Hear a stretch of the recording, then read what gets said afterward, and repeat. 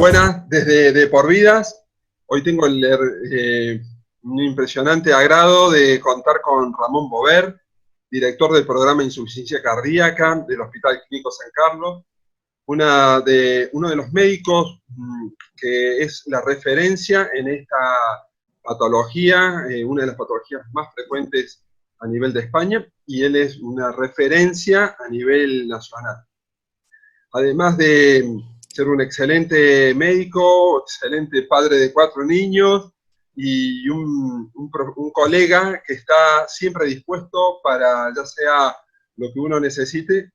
Para mí es prácticamente tocar el cielo con las manos de poderlo tener en la plataforma de Por Vida y aclarar ciertas cuestiones de esta afectación que es la insuficiencia cardíaca, que para el público en general lo podemos definir como el camino casi final, pero la idea es que no sea el camino final de muchas afectaciones, no solamente cardiovascular, sino también algunas sistémicas, en donde los tratamientos muchas veces nos estamos centrando en un tema farmacológico, en un tema también de procedimientos invasivos, pero hoy vamos a tocar la parte de no farmacológica, pero también que es parte médica, ¿no? O sea, centrados en hábitos. Entonces vamos a, como quien dice, ir al máximo con Ramón, con preguntas de diferente índole, así que bueno, no tengo más que presentarlo a Ramón.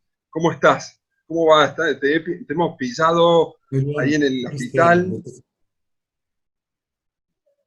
Bueno, cada vez mejor. Estamos todos en un momento complicado de alerta sanitaria y a nivel personal y profesional, pues haciendo cosas y viviendo cosas que nunca antes habíamos tenido oportunidad y ojalá nunca la hubiésemos tenido, ¿no? Pero bueno, te agradezco mucho tus palabras.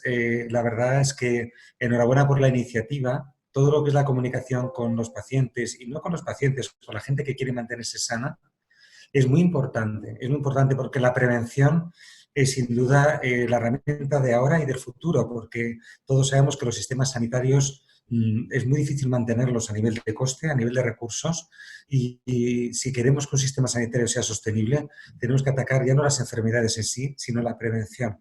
Y justamente en la insuficiencia cardíaca, que es el tema que nos trae hoy, con la insuficiencia cardíaca tiene en su base, es un poco complejo de explicar en el sentido de que la gente sabe muy bien qué es el infarto agudo de miocardio, ¿no? Le viene inmediatamente a la cabeza cosas, ideas, gravedad, pero si le dices insuficiencia cardíaca, la inmensa mayoría de la gente no viene nada a la cabeza, ¿no? Entonces, como tú explicabas, es una fase terminal de muchas enfermedades del corazón, es una fase final. Y si empezamos por empezar a hablar de temas concretos, las dos situaciones que más frecuentemente producen insuficiencia cardíaca son la enfermedad de las arterias del corazón, y debajo de esa enfermedad de las arterias del corazón está la hipertensión arterial, la diabetes, el colesterol alto, el tabaquismo. Todo eso es lo que produce el daño en las arterias del corazón, porque es lo que llamamos la cardiopatía isquémica, la enfermedad coronaria. Esa es una de las grandes causas, y la otra gran causa de la insuficiencia cardíaca es la hipertensión arterial, que es otro de los grandes factores de la enfermedad cardiovascular en su conjunto, ¿no? Entonces, Cristian, claro que estamos hablando de prevención porque en la base de la insuficiencia cardíaca tenemos justo todos los factores de riesgo cardiovascular. Efectivamente, para dar una dimensión de esta afectación tenemos que pensar de que muchas veces incluso supera la mortalidad de muchos cánceres. Tenemos a veces una supervivencia, dependiendo de las series, de entre un 40 y 50% a los 4 años. O sea que digo que es algo que tiene mucha importancia y que muchas veces, claro, cuando ya a los médicos nos llega, es como quien dice, ya no podemos hacer mucho más que, como quien dice, atajar un penalti, ¿no? O sea, pero claro, estamos llegando como quien dice tarde, ¿no? Entonces, los médicos, siempre a mí me gusta decir que somos especialistas en diagnosticar y en tratar, pero a ver si nos empezamos a formar más, como quien dice, en evitar llegar a eso, ¿no? Y tú dijiste algo esencial, la hipertensión arterial, que hoy por hoy la estamos viendo, que no solamente es el factor para este tipo de enfermedades, sino también, si tengo hipertensión arterial, puedo tener más riesgo de tener una fatídica evolución si me pillo un COVID-19, ¿no? Entonces, y uno dice, wow, ¿y qué hay aquí en común entre la hipertensión y una infección por un virus? Y claro, está todo eso, lo que es la inflamación de bajo grado. Y volvemos a recalcar la importancia de estar sano, ¿no? Entonces, dentro de lo que es la plataforma de por vida, en donde se centra en la parte mental y emocional, en la parte nutricional y en la parte física, vamos a desmenuzar este síndrome en este triángulo, ¿no? Me gustaría empezar por la parte física. Entonces, los médicos usamos las guías de procedimiento dependiendo de las sociedades. Nosotros nos basamos en la Sociedad Europea de Cardiología. La última guía es de hace 4 años y se van, como quien dice, reactualizando algunos puntos, y esto está muy motivado por dependiendo de cada fármaco, ¿no? Pero empiezan a aparecer nuevas terapias que incluso no son farmacológicas, que han demostrado beneficio, ¿no? Y en el caso de la parte física, claro, nos dicen, vamos a hacer ejercicio al menos 3 o 4 veces por semana, de moderada intensidad, de leve a moderada intensidad, pero los médicos en sí no sabemos ajustar eso, se lo decimos así y el paciente tiene menos idea, es como decir, bueno, tómate este antihipertensivo. Debemos ser un poco más específicos, debemos a usar esta poderosa herramienta que tiene un nivel de evidencia altísimo, incluso a veces supera a la de fármaco, pero debemos decirlo en forma más específica. ¿Cómo crees que podemos llegar un poco más al paciente Sí. de calle y sobre todo Pues mira, fuera de las grandes superficies de hospitales, ¿no? O sea, ¿qué nos pasa cuando salimos de grandes hospitales como el tuyo, ¿no? pues la verdad es que el perfil del paciente con insuficiencia cardíaca, hay dos grandes perfiles. El que ha tenido infarto de miocardio es un perfil más joven, que habitualmente es fumador, tiene más cardiopatía isquémica. Ese perfil, por ser más joven, quizá te puede mandar una actividad física un poquito más estructurada. Y que hay programas de rehabilitación cardíaca, que es un poco también por la misma filosofía que tienes tú en cuanto a la formación y la dirección de las personas en centros deportivos. La rehabilitación cardíaca se hace en hospitales, pero también en centros deportivos, en centros comunitarios. Realmente enfocar a un paciente que ha tenido un problema cardiovascular, enfocarle a cómo hacer un buen ejercicio físico, pero no solamente eso, factores de cuidado de estilo de vida, alimentación, etcétera. Es verdad que hay un porcentaje grande de pacientes con insuficiencia cardíaca que son de más edad. Estamos hablando de 75, 80, 85 años. Ahí sí que es verdad que es más difícil hacer una estructuración del ejercicio físico porque hay muchos problemas de movilidad, articulares, problemas de necesidad de acompañamiento, fragilidad. En estos casos tú has mandado el mensaje más importante, que es, dentro de las posibilidades de cada paciente, lo ideal es hacer un ejercicio físico progresivo, adaptado a las posibilidades de cada paciente y que sea regular. Tú lo comentabas, 2, 3, 4 veces por semana, que sea de menos a más y que, por supuesto, el paciente se exija, porque si el paciente simplemente camina, ya gana, pero para hacer un entrenamiento, evidentemente, tiene que alcanzar cierto nivel de exigencia. Es verdad que las pautas más concretas, a veces solamente profesionales como tú, que se dedican ya más a trabajar en una persona concreta, se las puede dar. Mientras que el consejo general tiene que ser un poquito más difuso, que es usemos la lógica, veamos qué paciente y qué persona tenemos delante y que haga un ejercicio estable, continuo, progresivo en intensidad y en duración y adaptado mucho a las capacidades de esa persona. No vamos a decirle que nade a una persona que no tiene una piscina cerca, etcétera, ¿no? O sea, que fenomenal.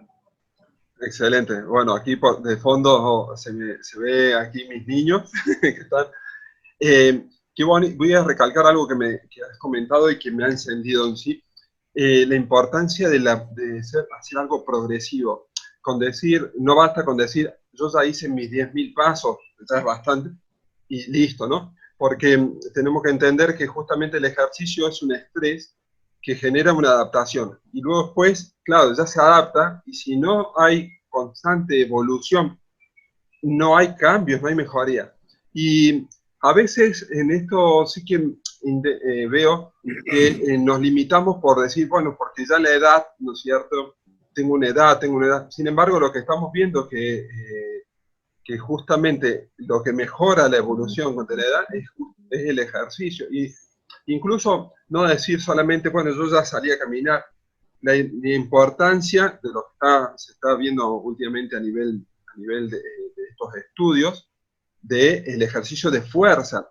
Y uno dice, uy, pero yo ya tengo 75 años que voy a hacer ejercicio de fuerza, ¿no?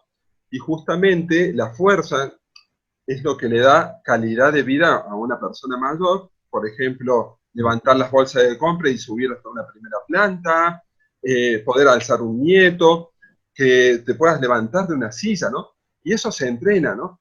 Y si no hacemos eso, entramos en un bucle que es menos ejercicio, más me canso, más subo de peso, etcétera, ¿no? Entonces la necesidad de salirnos de esa rutina y no quedarnos con estos viejos dogmas que decíamos, es que usted ya tiene una edad, o que yo ya tengo una edad, ¿no? Entonces, la necesidad de generar ese cambio, ¿no? Y lo del ejercicio de fuerza, sobre todo por el hecho a nivel, todos los beneficios que genera a nivel mitocondrial, a nivel del uso de sustrato, de energía, las consecuencias que tiene una vez que uno ha finalizado el ejercicio, el músculo, como quien dice, sigue gastando calorías, sigue oxidando grasa, y tiene todos esos beneficios. Y a nivel mental incluso, ¿no? Bueno, esta charla puede dar para más, pero me voy a saltar ya a otra parte, a la parte nutricional, ¿no? Eh, ya eso es un tema muy, muy interesante y creo que todavía seguimos con viejos dogmas que es de coma de todo un poquito, ¿no? Y claro, y la gente, ¿qué interpretación hace de eso, Ramón? De todo un poco, y claro, la mayoría de estos pacientes también son diabéticos, y si no son diabéticos, están cerca, ¿no? O sea, están en el síndrome metabólico, ¿no? Y claro, estamos comiendo cada rato, y eso se sube la insulina, y con lo que ya sabemos que genera la insulina a nivel, no solamente incremento de la hipertensión arterial, que incrementa la retención de sodio a nivel, a nivel renal, y eso va a incrementar nuestra tensión arterial, sino también que los desbalances que pueden generar a nivel hormonal en lo que es la insuficiencia cardíaca misma, ¿no? Entonces, ¿qué tienes para comentarme, no de lo que se venía diciendo en 2016, sino hoy por hoy, ahora mismo, ¿no? O sea, eh, ¿qué me puedes comentar de eso, Ramón? Pues mira, a nivel nutricional la verdad es que ahí la enfermería tiene una labor muy importante. Como tú bien dices, los médicos siempre hemos sido muy malos, hay que decirlo así, muy malos, a la hora de recomendar ejercicio que comentabas antes, dieta, a la hora incluso de dejar de fumar, de recomendar dejar de fumar. Los médicos hemos hecho muy poco hincapié en la prevención y en el cuidado del estilo de vida. Y yo creo que eso no ha cambiado. Ha cambiado algo, para eso estás tú aquí, ¿no? Ha cambiado porque hay profesionales que se están dedicando a esto. Pero a nivel general es la enfermería la que lo puede cambiar. A nivel general, a nivel de los centros de salud, de los hospitales en servicios especializados, ¿no? Ya digo a nivel más general, no tan particular como un servicio de calidad como el que tú puedes ofrecer. Ahí la enfermería tiene un papel fundamental porque es esa enfermería la que puede educar en nutrición. ¿Y qué es en nutrición y en alimentación? Pues efectivamente, un tercio de los pacientes más o menos con insuficiencia cardíaca son diabéticos. Entonces ya entras en todas las restricciones y recomendaciones del paciente diabético. Pero incluso los pacientes que no son diabéticos, uno de los principales problemas que tiene la insuficiencia cardíaca es que los pacientes retienen agua y sal en el cuerpo, ¿no? Dicho así, de una forma muy simplificada para poder mandar mensajes claros, ¿no? Entonces, la dieta que tienen que realizar es una dieta concreta que intente evitar las sobrecargas de sodio, que intente evitar las sobrecargas renales, tienen disfunción renal, entonces toman fármacos que también alteran el sodio y el potasio en la sangre. No podemos resumir en este vídeo de forma cerrada y al nivel que nos gustaría todas las recomendaciones. Lo que sí es importante es lo que tú estás haciendo, Cristian, que es decir, no todo vale. Es decir, no vale cualquier recomendación genérica de coma de todo un poquito, sino que vamos a ver qué paciente tenemos enfrente. Hay una serie de recomendaciones generales de la dieta para el paciente con insuficiencia cardíaca que se pueden descargar, por ejemplo, de la Fundación Española del Corazón, pero luego, evidentemente, hay que adaptarlas mucho al paciente en concreto que tengo delante. Claro, Y para eso tiene que ser un profesional, ya sea una persona como tú, o una enfermera que también dé ese apoyo, etcétera. sí. Yo creo, a la vista de lo que estamos viendo en sí, sin duda que la unificación entre los fármacos y todo lo que es no farmacológico y de hábitos va a potenciar un camino fácil, va a ayudar a una resolución en algunos casos de esta afectación.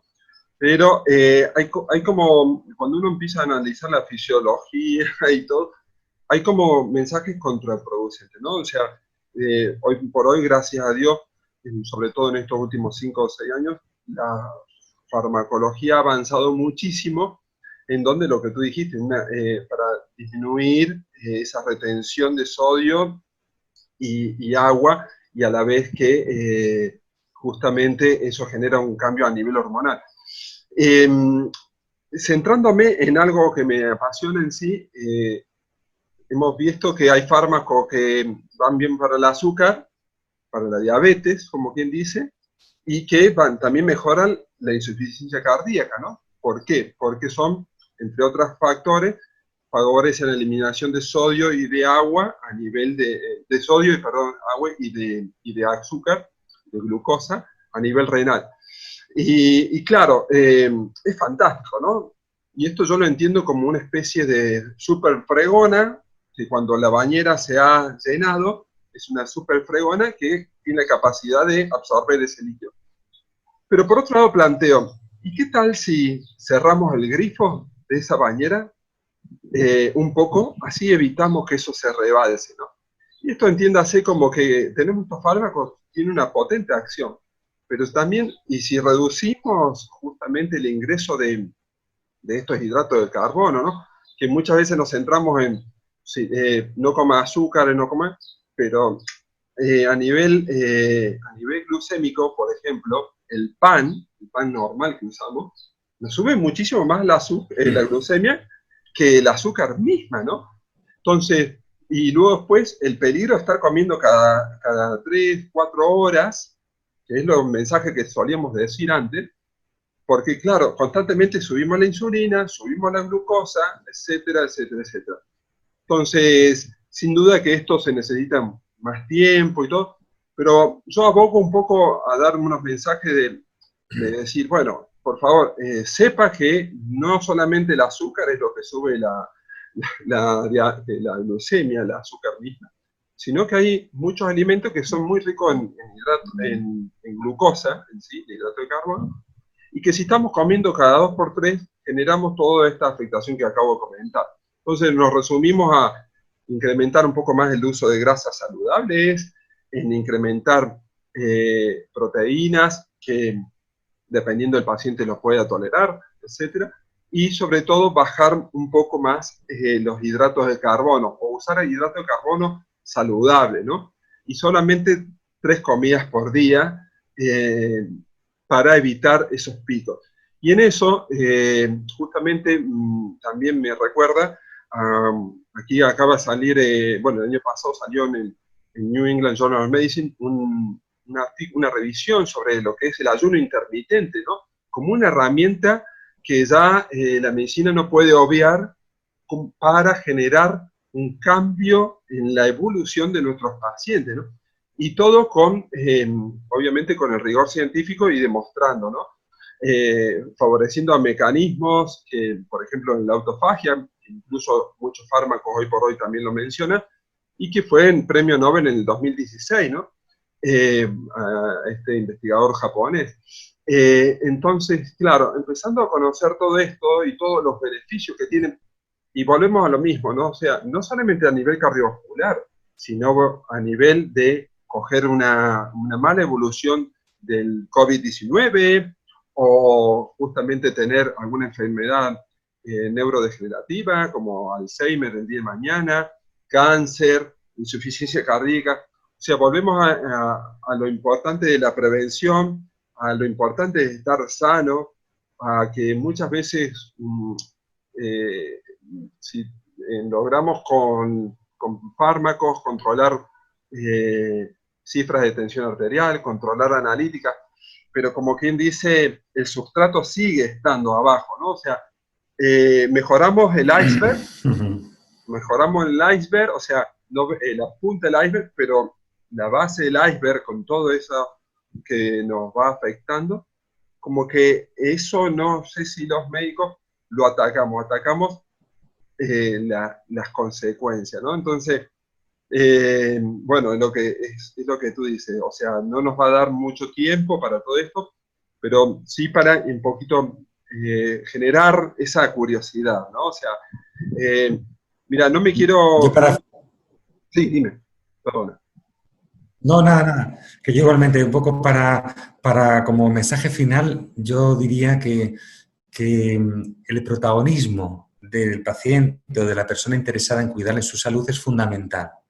El protagonismo porque hoy en día queremos que el paciente sea activo, que se tome la atención, que apunte, que vigile que está cumpliendo con las normas básicas en cuanto a cuidado de factores de riesgo, nutrición, ejercicio. O sea, que yo me quedo y quiero mandar el mensaje de que siempre el modelo clásico es que el paciente confía en el médico y le deja un poco hacer lo que sea con tal de mejorar su salud. Pero ese modelo, sin duda, pues ya no existe, ya está caduco. O sea, ahora el paciente quiere ser protagonista de su salud, por eso estamos haciendo este vídeo, porque va a ser visto por su salud y busca profesionales que les guíen para mejorar distintos aspectos como son la nutrición, el ejercicio y lo que se llama el autocuidado, que es el cuidado que hace la propia persona, el propio paciente de su salud. O sea, yo me quedo que los médicos estamos cada vez más para guiar,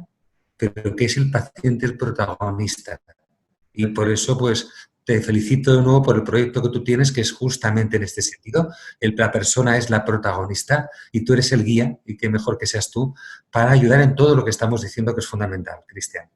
Efectivamente, muchísimas gracias, Ramón. Sin duda que esto es una idea un poco más holística en sí, y la idea también es llegar antes, ¿no? O sea, eh, hemos hablado de la parte física, la parte nutricional, y también, bueno, obviamente que siempre los pacientes con insuficiencia cardíaca tienen una emoción determinada, ¿no? Una parte mental, ¿no? Entonces, la importancia también de cuidar no solamente de los tóxicos externos, ¿no? O sea, que hablamos de fumar, de no hacer ejercicio, del sedentarismo, ¿no? Sin embargo, también de los tóxicos internos, ¿no? O sea, una buena gestión de las emociones como parte de generar ese autocuidado que tú dijiste, una base del autocuidado, una responsabilidad de su enfermedad, y en donde los médicos se quita de esa función paternalista para pasar a ser un guía, ¿no? Un acompañante y un orientador, ¿no? O sea, entonces, sin duda que de vuelta volvemos a la misma pirámide, en la parte mental, nutricional y física, y al medio el individuo, y al lado el médico para acompañar.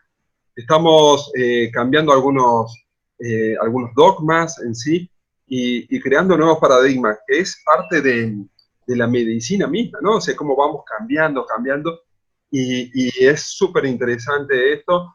Ramón, yo te agradezco un montón. Dalo por hecho que te voy a volver a tocar las puertas para que nos sigas, sobre todo, orientando un poco a cómo podemos aportar valor al público en general. Y bueno, y te mando toda la fuerza. Sabemos que estás ahí a pie de cañón en uno de los hospitales de referencia de Madrid.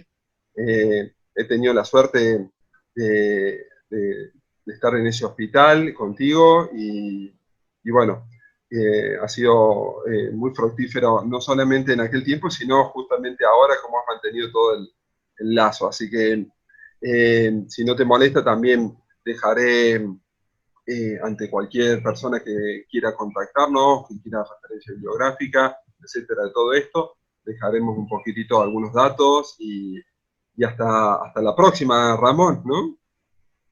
Muy bien, Cristian. Gracias por la invitación y un abrazo muy, muy fuerte. Ahora cuando nos vemos en persona nos damos un abrazo. Efectivamente, Vale. ¿eh? Y muchos saludos a todos los compañeros por allí, ¿eh? Y mucho Ya, ánimo, igualmente. mucha Hasta fuerza, luego, ¿eh? Cristian. Chao. Muchas gracias. ¿Eh?